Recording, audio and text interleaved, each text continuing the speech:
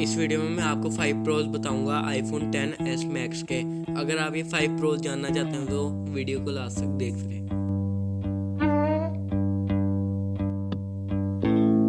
There's a reason that I like you, that I write you all these love songs, that when I close my eyes। पहला pro जो आपको iPhone 10s max के अंदर देखने को मिलता है वो ये है कि आपको इसके अंदर इस बार गोल्ड कलर भी देखने को मिलेगा, और ये पहला आईफोन है जिसके अंदर आपको गोल्ड कलर देखने को मिलेगा इस बार।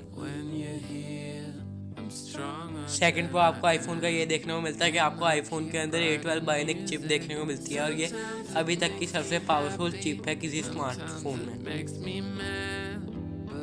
नेक्स्ट प्रो आपको आईफोन में ये देखने को मिलेगा कि आपको इस बार फेस आईडी में बहुत इंप्रूवमेंट देखने को मिलेगी और आपको अनलॉकिंग स्पीड ज़्यादा मिलेगी। नेक्स्ट प्रो आपको आईफोन के अंदर ये देखने को मिलेगा कि आपको इस बार आईफोन के अंदर 512 GB का भी वेरिएंट देखने को मिलेगा, और ये पहला आईफोन है जिसमें आपको 512 GB की स्टोरेज देखने को मिलेगी।